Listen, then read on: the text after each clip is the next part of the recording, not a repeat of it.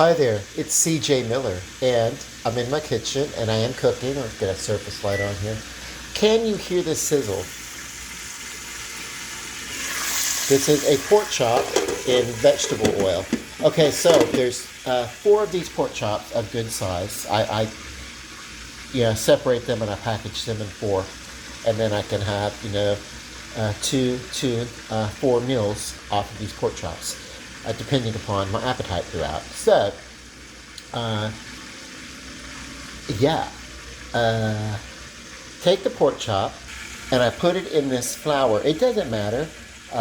Combination of self-rising or all-purpose. It really doesn't matter for this. Um, but anyway, I put the pork chops in here. There's four of them. Coated them really well. Put them in the fridge, covered. Let them sit in the flour for about, well, I made a video, went around, walked around. So yeah, it was in my fridge for about 2 hours. We do that because we want the bread, the flour to really stick to these pork, whatever meat that you're doing, chicken, pork, fish, whatever. Let this flour really sit with in a safe condition, refrigerator, cool, whatever. Let it sit and get stuck to that meat.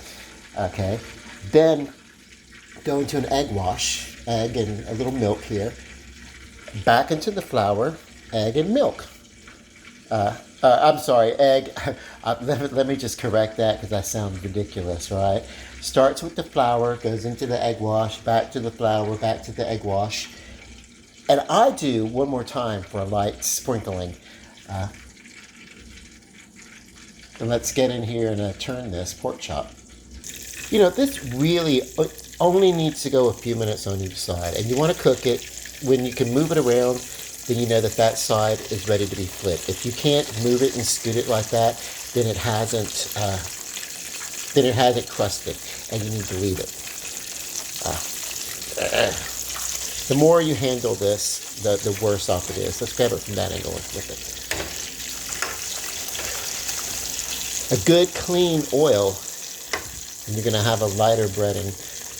And this will darken throughout the cooking process. You flip it a couple of times. When it gets a nice golden crust, then it's probably good.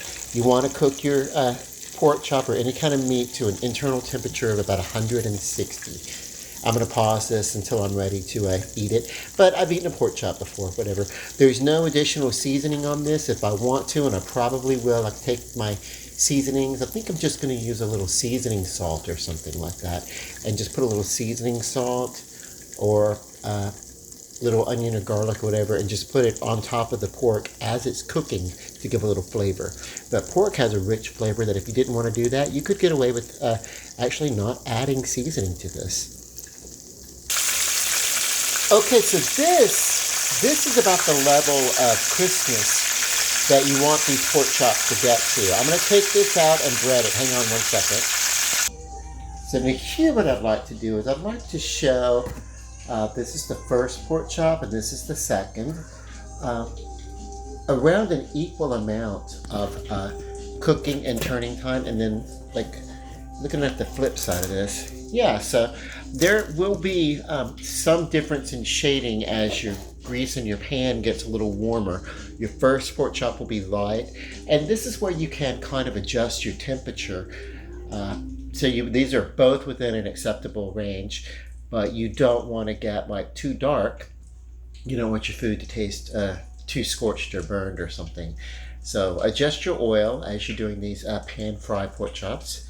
These paneed pork chops or whatever, that I've had some last week. I made a batch, actually quite my last month. This is basically what was on sale, and I like them breaded like this. You can do them in the pan without a breading and get a nice amount of flavor, especially if you have like an open grill, like a griddle or something like that. Like I love going to a place that has like just a wide grill, like a diner or something like that, and getting pork chops on a grill where it's got all that grill flavor, because it comes out tasting, basically your pork chops come off tasting like a ham, basically. You may as well, like I said, you may as well get the ham instead of the pork. They're going to taste the same, but God, what a flavor, very delicious.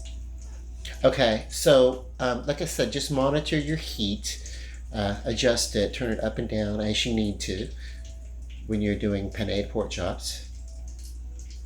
That's your pan fried pork chops.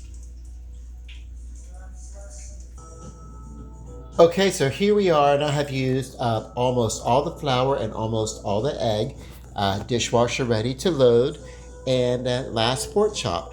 Once you get a little practice with breading, you'll be able to know probably by eyeball exactly how much of each product that you need. Now I do need 2 eggs and the egg wash for this pan, and I probably could get another 2 pork chops out of this egg wash, but um, yeah, for consistency, 4 to 5, maybe 6 out of 2 eggs is what you want to stick with it with the surface this large. Okay, hang on. Let me get this into the oil. This is the last pork chop. Okay, so here we go. This is what it looks like, and just one of 4 pork chops. I'm gonna have one now. It's about 10 minutes to midnight, and then every few hours, if I want to eat something, then I can have another pork chop and get through the day. And that's keto. That's how you do it. Have meat, smaller amounts in small portions. Honestly, this pork chop could be 2 portions, but I'm hungry. So, and let me show you something else. This is a cinnamon almond butter biscuit. And I recently discovered this, and it's very good. Now let's look at the carbs. I want to say about 20 of the 23 total carbs. 23 fiber, 3 grams, so you can deduct the fiber. So 20 grams of carbs. This is about as many carbs as 1 slice of whole or just white bread. Okay, so this one is Better Nut Bar. The Better Nut. It's almost like a Kind bar. It's almost similar. I got this at the Sam's Club also. 16 grams. So you could have 1 of each or 2 of these. About 3 of these. You don't want to exceed 5 grams. 50 grams of carbs when you're doing a keto diet. So let's get into this pork chop. I'm going to cut it and pause the video and cut it. Hang on. Hey, look how juicy this is. Hear how crunchy that is? Ah, juicy.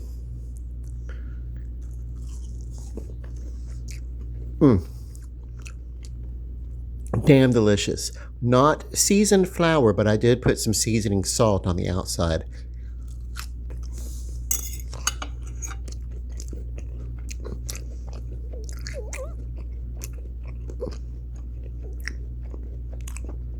Just in the pan as it was frying. If you're going to do like a milk gravy or something like that, you may as well even skip any of the flavors or salts or anything like that, and add that after, especially with salty flavors, because milk and creams and dairy, they mute the flavor. They mute the flavor on the palate.